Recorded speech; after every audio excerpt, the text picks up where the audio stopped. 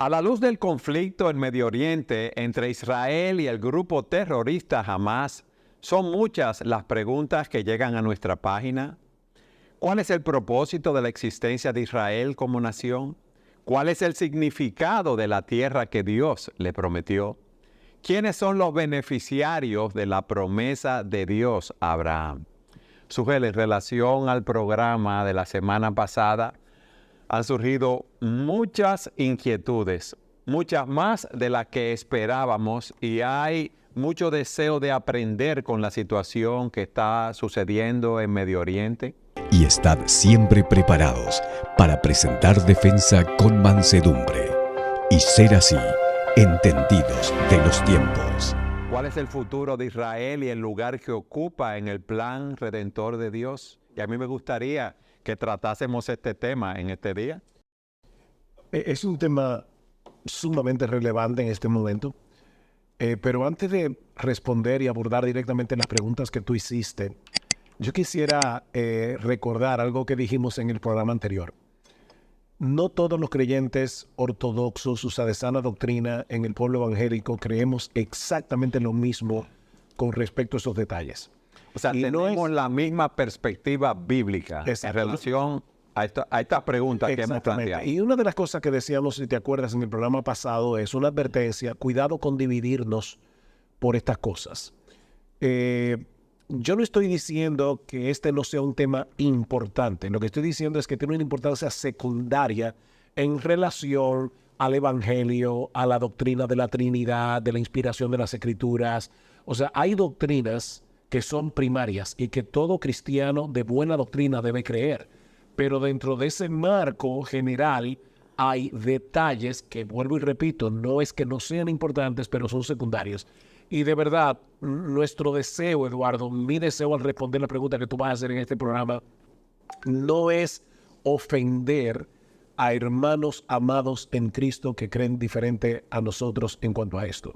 Y yo espero que de la misma manera, hermanos en Cristo amados que van a ver este programa y no estén de acuerdo con nosotros, no se molesten porque nosotros planteemos esto desde una perspectiva bíblica diferente a como ellos la ven. Sujel, cuando decimos que son doctrinas secundarias, no afectan la salvación, la esencia del Evangelio, sino que hay aspectos interpretativos que otros lo ven diferente. Entonces yo voy a tratar de probar con la Escritura porque nosotros creemos lo que creemos.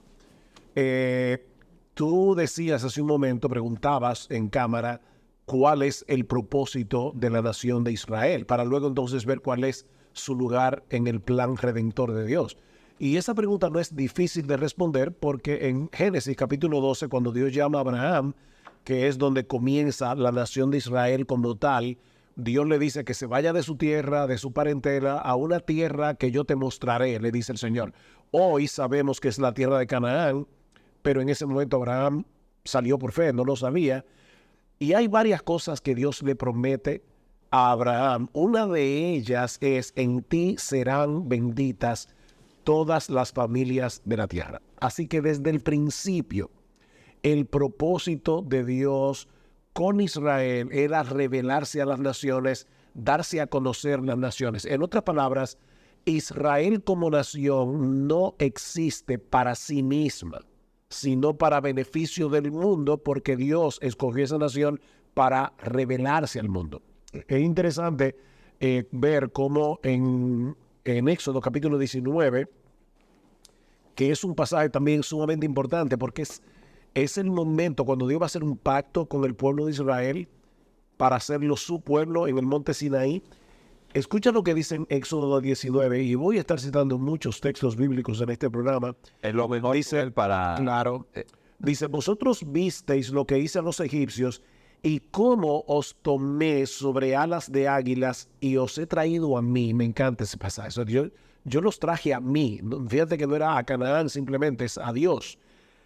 Ahora pues, si diereis oído a mi voz y guardareis mi pacto, vosotros seréis mi especial tesoro sobre todos los pueblos de la tierra. Y ahora mira la razón: porque mía es toda la tierra. No solamente Israel, Dios es el dueño de todo. Y vosotros me seréis un reino de sacerdotes y gente santa. Pregunta, Eduardo, ¿cuál era la función de los sacerdotes en el Antiguo Testamento? Ministrar en medio del pueblo, eran intercesores entre Dios y los hombres, si podemos decirlo así. Mediar entre Dios y el hombre. Si Israel es una nación de sacerdotes, entonces, ¿cuál es el propósito de Israel? Mediar. Era mostrar al mundo quién es Dios. Y nosotros vemos en Deuteronomio cómo Dios le dice, mira, tú eras el más insignificante de todos los pueblos, pero yo te escogí para dar a conocer mi nombre. Y eso lo dice a través de todo el Antiguo Testamento. Pero hay un punto, Sugel, ellos no tenían nada de especial. Dios los escogió con un propósito específico. Como nosotros, la iglesia, no tenemos nada de especial. Ahora bien, Dios le promete a Abraham una tierra, la tierra de Canaán. Y una de las preguntas que debemos hacernos es ¿por qué? ¿Por qué Dios colocó a Israel en el antiguo pacto en ese lugar? Precisamente por el propósito, por eso comencé por ahí, el propósito por el cual Dios creó la nación. Israel era, o la tierra de Israel, era un puente estrecho entre Asia, Europa y, bueno, toda la región de Europa. Sí. Por lo tanto, para ir de norte a sur, había que pasar obligatoriamente por esa tierra. Mira algo interesante. En Ezequiel capítulo 5, dice de Jerusalén, así ha dicho Jehová el Señor, esta es Jerusalén, la puse en medio de las naciones y de las tierras alrededor de ella. La puse en medio de las naciones. La misión de la iglesia es ir al mundo a predicar el evangelio. La misión de Israel era estar en su tierra y que el mundo viniera a él. Era una misión al revés, pero la misión era la misma. Era dar a conocer a Dios a través de sus leyes. O sea, cuando la gente pasara por Israel, dice en Deuteronomio capítulo 4, versículos 5 al 8, dice, la gente va a venir aquí y va a decir, pero ¿y qué nación es esta que tiene estas leyes que Dios mismo le dio? O sea, que el propósito de Israel era darse a conocer, a conocerse a sí mismo. Si lo vemos desde esa perspectiva, vamos a ver que la tierra de Canaán tampoco era un fin en sí mismo. Era un tipo de algo mucho mayor. Una representación. Aunque lo que tiene esa tierra, Sugel, por su ubicación, es una importancia geopolítica. Sumamente importante. Pero yo voy a ver en un momento por qué estamos diciendo todo esto y qué tiene que ver con Israel en el día de hoy.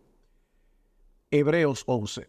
Dios le dice a Abraham, por la fe de Abraham, dice, por la fe Abraham, siendo llamado, obedeció para salir al lugar que había de recibir como herencia y salió sin saber a dónde iba. Por la fe habitó como extranjero en la tierra prometida, como en tierra ajena, morando en tiendas con Isaac y Jacob, coherederos de la misma promesa, porque esperaba la ciudad que tiene fundamentos, cuyo arquitecto y constructor es Dios. Abraham no veía la posesión de esa franja de tierra en Canaán como el objeto primario de la promesa divina. Eso es lo que está diciendo el autor. O sea, no lo veía como un fin en sí mismo. Él estaba viendo lo que esa tierra prefiguraba. ¿Qué tanto entendió Abraham?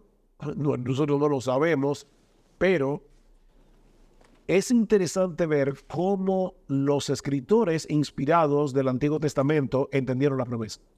Porque ellos la entendieron como una promesa de posesión del mundo entero. Por ejemplo, Salmo 37 es un salmo sumamente importante en esta discusión. Salmo 37, versículo 3. Confía en Jehová y haz el bien, y habitarás en la tierra y te apacentarás de la verdad.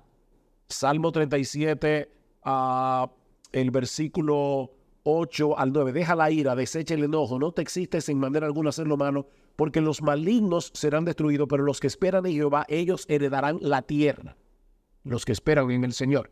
Y así continúa texto tras texto, versículo 11, versículo 22, versículo 29, versículo 34, donde dice, los mansos heredarán la tierra. Cuando llegue el Señor, ¿qué dice Cristo en la bienaventuranza? Bienaventurados los mansos, porque ellos recibirán la tierra por heredad. Ahora, ¿A qué tierra se están refiriendo? ¿Se está refiriendo a la tierra de Canaán o a toda la tierra? Bueno, Pablo responde esa pregunta en Romanos capítulo 4, versículo 13. Escucha lo que dice el apóstol Pablo explicando esto. Porque no por la ley fue dada a Abraham o a su descendencia la promesa de que sería heredero del mundo, sino por la justicia de la fe. ¿Te das cuenta cómo esa franja de tierra prefiguraba algo Más mucho amplio, mayor? mucho mayor, sí. Mucho mayor. Y en Romanos 8, 19 al 21, lo vemos de la misma manera. Cristo nos redime y cuando nosotros seamos glorificados, no solamente Canaán será glorificada, el universo entero será glorificado y será traído a la libertad gloriosa de los hijos de Dios. Así que ya hemos visto dos cosas. Primero, Israel no existía para sí misma. Por eso Isaías le dice, poco es para mí que tú te levantes para llamar a los hijos de Jacob. Yo te levanté para que seas luz a las naciones hasta lo último de la tierra. Ese es el propósito de Israel. Segundo, ya vimos que la promesa de la tierra de Canaán no era un fin en sí mismo, sino que prefiguraba Algo una mucho promesa mayor. mucho mayor. Ahora la pregunta del millón. ¿A quiénes realmente se le hizo esa promesa? ¿Era solamente a los descendientes étnicos de Abraham? ¿O esa promesa tenía un alcance mucho mayor? A los descendientes espirituales de Abraham. A todos los descendientes espirituales de Abraham, sean judíos o gentiles. Ujú. Y yo quiero probar esto, Eduardo, en el tiempo que nos resta con la Escritura para luego ver algunas implicaciones. Well, ¿tú no entiendes que es bueno explicar por qué pasó con Israel que falló en cumplir ese mandato que Dios le había dado? ¿O tú quieres explicarlo después? Yo lo voy a explicar después, pero ya que lo preguntaste, esa es una muy buena pregunta. Lo que pasa es que voy a hacer un spoiler aquí si respondo. Voy a hacer un, ¿cómo se dice? Voy a dañar. Voy a dañar el argumento porque Ok. ya voy a tener que meter un elemento que no hemos mencionado todavía. Ok. Y es el papel que juega Jesucristo en todo esto. Sigue con tu flujo de pensamiento, no Ok. te preocupes. Romanos 4, 9 al 12. Ese texto también es importante en esta discusión. Eduardo, una pregunta muy simple, muy sencilla. Cuando Dios escoge a Abraham en Génesis 12, Ujú. y cuando hace un pacto con Abraham, y ahí es que le promete la tierra, Ujú. en Génesis 15, 15. ¿Abraham era un judío en toda regla o era un pagano incircunciso? ¿Era un pagano incircunciso? Era un gentil. Sí. ¿Cómo lo sabemos? Ese es el argumento de Pablo en Romanos 4. Pablo dice, cuando Dios le dio la promesa a Abraham, él no estaba circuncidado, porque la circuncisión como señal del pacto viene en Génesis 17. O sea, Génesis 12, llamado de Abraham, Génesis 15, el pacto y la promesa de la tierra, Génesis 17, la circuncisión como señal del pacto. Y mira ahora la interpretación que Pablo le da a esa secuencia de tiempo. Dice, ¿cómo le fue contada a Abraham su fe por justicia? Porque esa expresión aparece en Génesis 15:6. ¿Estando en la circuncisión o en la incircuncisión? Dice Pablo, no en la circuncisión, sino en la incircuncisión. Y recibió la circuncisión como señal, como sello de la justicia de la fe que tuvo estando aún incircunciso, para que fuese padre de todos los creyentes no circuncidados, los gentiles, nosotros, a fin de que también a ellos la fe les sea contada por justicia, y padre de la circuncisión para los que no solamente son de la circuncisión, es decir, para los que no solamente descienden físicamente de Abraham, sino que también siguen las pisadas de la fe que tuvo nuestro padre Abraham antes de ser circuncidado. Así que hoy, Eduardo, decir que el pueblo de Israel es la nación escogida por Dios simplemente porque son descendientes de sangre de Abraham no deja de ser una negación del evangelio mismo. ¿Por qué? Porque los descendientes de Abraham, según Romanos 4, no son los descendientes étnicos, sino los que siguen en las mismas pisadas de la fe de Abraham. O sea que si no han creído en Cristo, no son el verdadero Israel. Suel, ¿y tú no Perdón. ¿No crees que esa confusión viene que como hubo una elección étnica, como tú lo planteaste al principio, las personas piensan que también esa elección es para salvación espiritual? Probablemente sí. Y déjame decirte algo, Dios no olvida su promesa. Dios va a cumplir su promesa a Abraham con sus descendientes físicos. Por eso yo creo que Israel no ha dejado de existir. Dios va a seguir salvando israelitas. Y no me refiero a la iglesia. Nosotros no somos de los que creemos en la famosa doctrina de la suplantación. O sea, que la iglesia suplanta a Israel. No. Hay un solo olivo real, que es el verdadero Israel, descendientes físicos de Abraham. Y nosotros los gentiles somos ramas silvestres que fuimos injertados. Pero fíjate lo que dice Pablo en Romanos 11, las ramas naturales que no creyeron en Cristo fueron desgajadas. Esos no pertenecen al verdadero olivo. O sea, nosotros no creemos que la iglesia suplanta a Israel. Nosotros creemos que ahora judíos y gentiles creyentes en Cristo son el verdadero Israel.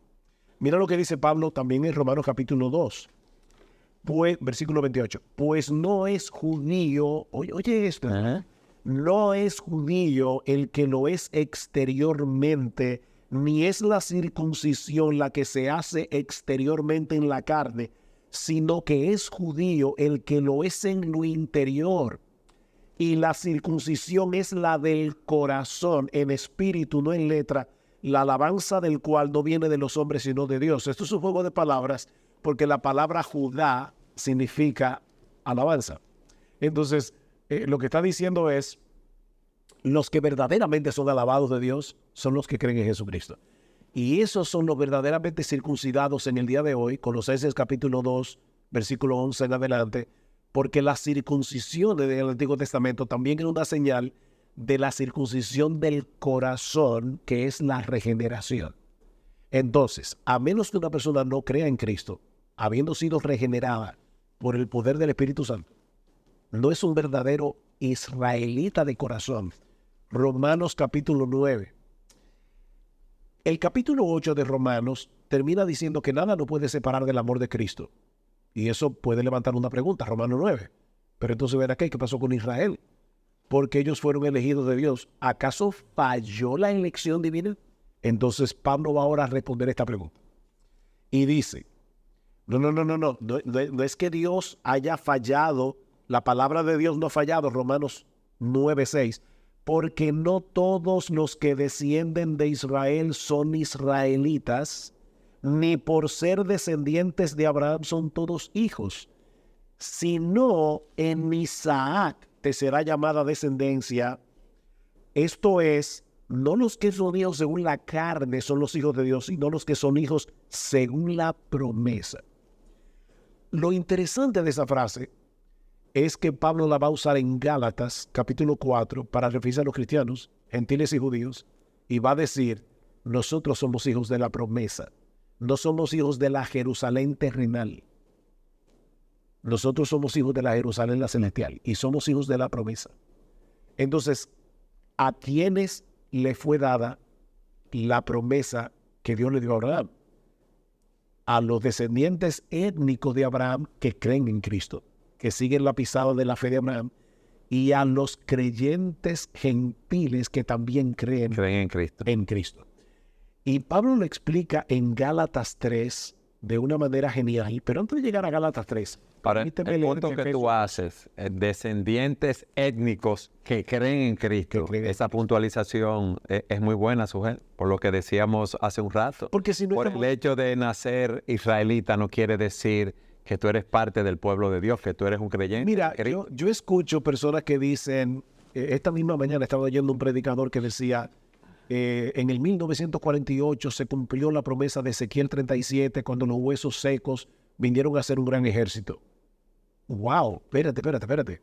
Es que la promesa de Ezequiel 37 no era crear una nación física en Canaán. Es la promesa de una regeneración, de una conversión de todos esos judíos a la fe de Cristo.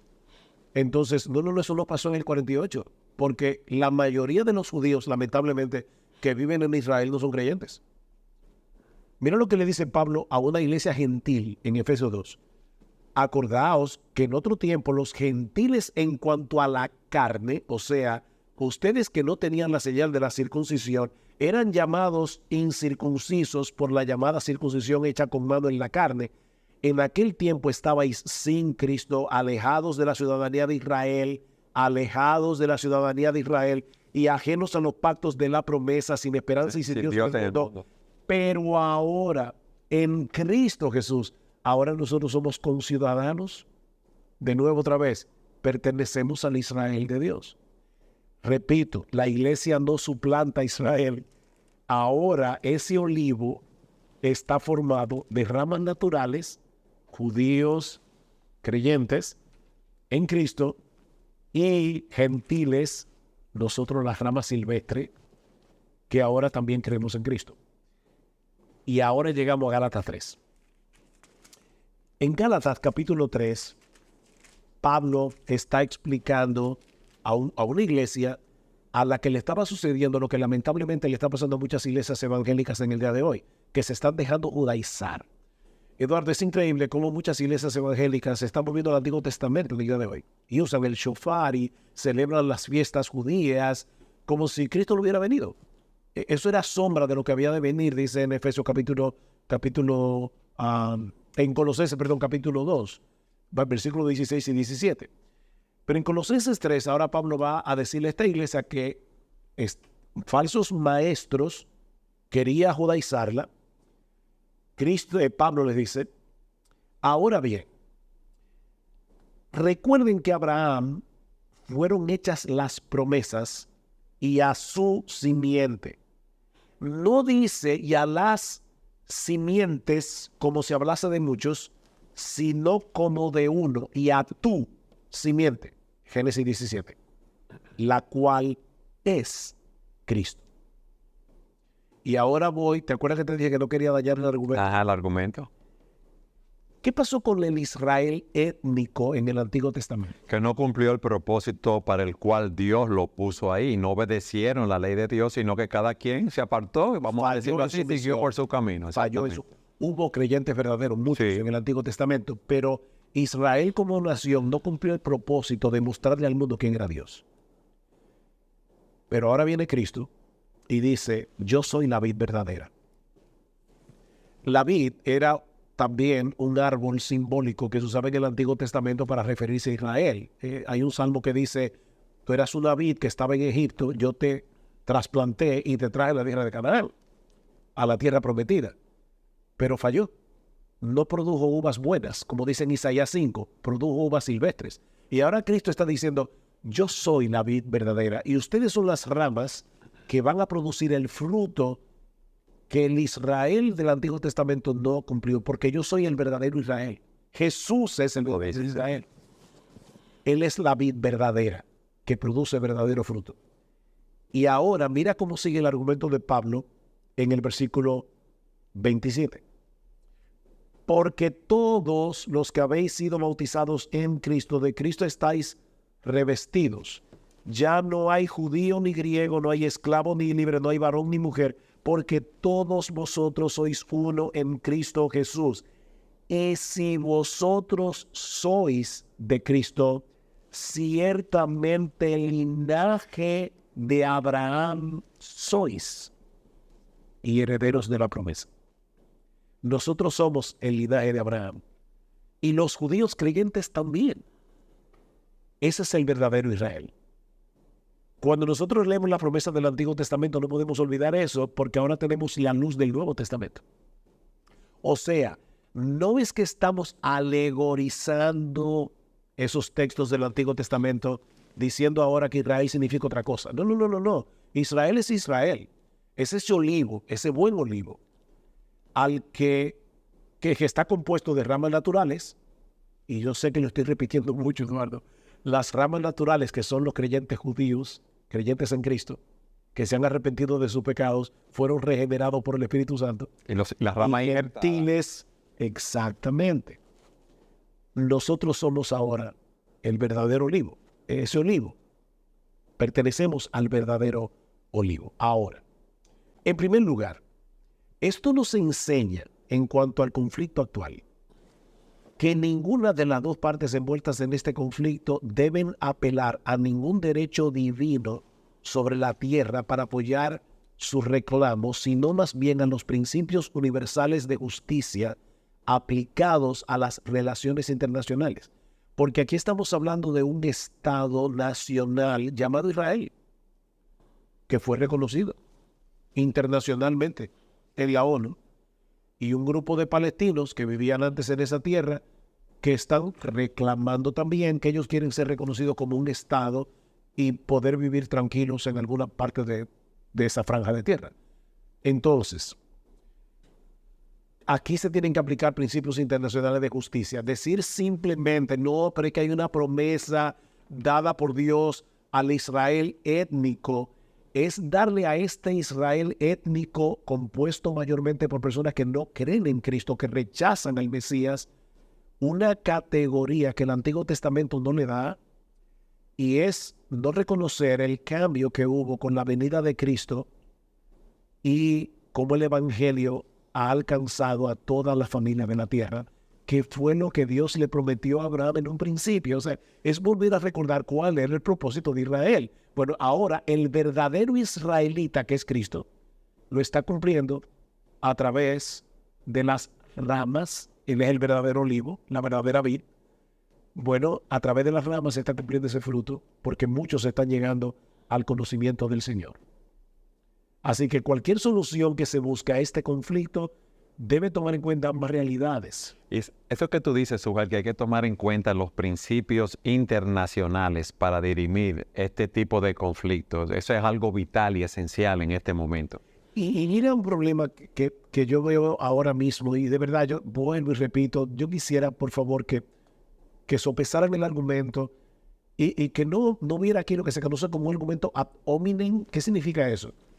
El que está diciendo eso es un descendiente palestino y por lo tanto yo no tengo que ponerle atención. Por favor, de verdad, mira, yo lo que quiero que tú veas lo que la Biblia dice, porque yo sí que soy descendiente palestino. Yo no creía, cuando yo me convertí en una iglesia que no creía como yo creo ahora, yo no creía lo que yo creo ahora. Entonces, siendo palestino yo pensaba diferente, pero ahora estudiando la Escritura llegué a otra convicción y creo que simplemente estoy tratando de que se sopese el argumento. Eso es muy importante, Sujal, porque no debemos dejar que las pasiones y las emociones nos controlen, nos dominen, y más nosotros como cristianos, que lo que debe controlarnos es la palabra de Dios. Y yo creo que tú has presentado una suficiente argumentación para probar eso. Y yo sé que algunos se estarán preguntando, ¿y qué de Romanos 11? Tenemos que hacer otro programa para tratar Romanos 11. Porque Romanos 11 eso amerita un tratamiento más extenso, pero mira el problema, Eduardo. Si nosotros damos la impresión de que apoyamos actos crueles, actos injustos, quien sea que los cometa, nosotros estamos cerrando la puerta del Evangelio, no solamente para los que están sufriendo el acto injusto o la crueldad, sino también para personas que no la están sufriendo directamente, pero tienen una postura al respecto. Hay un montón de personas que piensan que se ha cometido una injusticia con los palestinos. Esas personas deben ser alcanzadas por el Evangelio, pero si vengan los cristianos pro-sionistas, van a cerrar el oído a la palabra que nosotros queremos predicarles. Pero lo mismo ocurre del otro lado. Nosotros queremos que Israel también se convierta. Nosotros queremos que los israelitas sean alcanzados con el Evangelio. Y si damos la impresión de que estamos defendiendo los actos terroristas que palestinos han cometido en la historia y que son injustificables, independientemente de que yo piense o no que con Palestina se ha cometido una injusticia, nada justifica, por ejemplo, los actos atroces que Hamás cometió el sábado 7 de octubre. Nada lo justifica. Entonces, nosotros los cristianos queremos alcanzar a unos y a otros. Ahí tenemos que imitar a Pablo. Yo me hago judío para ganarme al judío y me hago gentil para ganarme al gentil. Porque al final de cuentas, lo que yo quiero es ganarnos para Cristo, a judíos, a gentiles, a israelitas y a palestinos. Por otro lado, debemos recordar, Eduardo, que el problema primario del hombre no es político, no es económico, No es social. Es espiritual. Es espiritual. El principal problema del hombre es el pecado. Y la razón por la cual hay una guerra ahora mismo en Medio Oriente es por causa de las pasiones pecaminosas, que se levantan en un lado o en el otro o en los dos lados.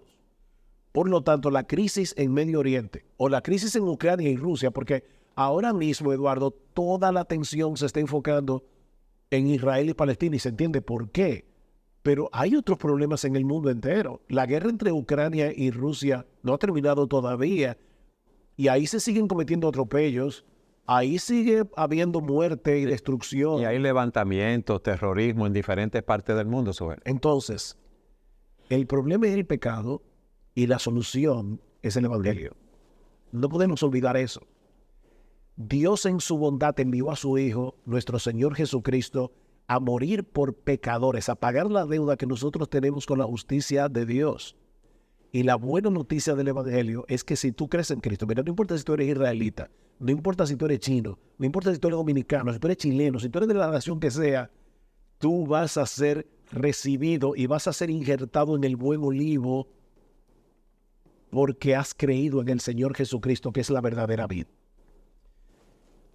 Y nosotros tenemos que orar por un lado y por el otro para que Dios, en medio de este conflicto, les envíe el Evangelio. Nosotros tenemos que orar que Dios envíe más misioneros que les prediquen del Evangelio. Nosotros tenemos que orar por la iglesia, porque hay cristianos ahí, Eduardo.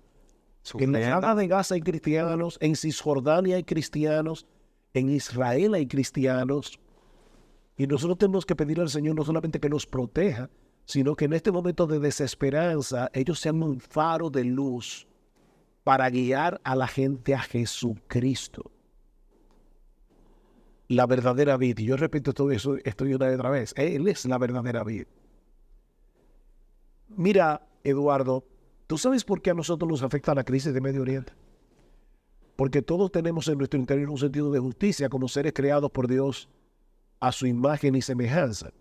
Y por más que la sociedad protectora de animales quiera hacernos creer que nosotros somos animales racionales, pero animales en fin, fíjate que nadie está pegando el grito al cielo por la cantidad de cucarachas, de gatos que están muriendo en esta guerra. Están muriendo muchos animales, pero el problema es que hay el drama humano, Eduardo. El sufrimiento humano. Es el sufrimiento humano. ¿Por qué? Porque el hombre fue creado a la imagen de Dios. No, un hombre y una cucaracha no son lo mismo. Y no importa si tú eres judío, si tú eres palestino, eres un ser humano. Mira, voy a decir algo que yo sé que ahora mismo no es políticamente correcto por cómo están las cosas, pero aún los terroristas de Hamas portan la imagen de Dios muy distorsionada. ¿Y cuál debería ser el anhelo de nuestro corazón? Que se conviertan al Señor. Hay que predicarle el Evangelio para que Dios haga una obra en sus corazones, Sober. Que uno dice, bueno, la Biblia implantó la pena de muerte y definitivamente hay actos que merecen la pena de muerte. Eso también es una realidad. Pero nosotros siempre, siempre, siempre debemos anhelar que el malo se convierta. No solamente por amor al malo, sino por amor a la gloria de Dios. Porque cada vez que un incrédulo se convierte a Cristo, el Hijo es glorificado en esa salvación. Es presentado como un poderoso Salvador que todavía sigue impartiendo arrepentimiento y fe a todo el mundo. Y al final de los tiempos, Jesucristo tendrá una iglesia de todo pueblo, tribu, lengua, nación, que estarán alabando al Cordero por los siglos de los siglos. Ese es el final de la historia. Sí. Ahí estarán palestinos, judíos, sirios, jordanos, egipcios, americanos, sudamericanos, todos los países del mundo. Y gloria a Dios por eso. Sugel, gracias por habernos instruido de esa manera y habernos dado todos esos principios y haber clarificado todas esas inquietudes para nosotros ver lo que sucede en Medio Oriente a través de un punto de vista espiritual y no solamente ver las cosas físicas que nos afectan que están ocurriendo allí en medio de la guerra. Gracias, Eduardo. Y gracias a todos ustedes por habernos acompañado en su programa Entendiendo los Tiempos.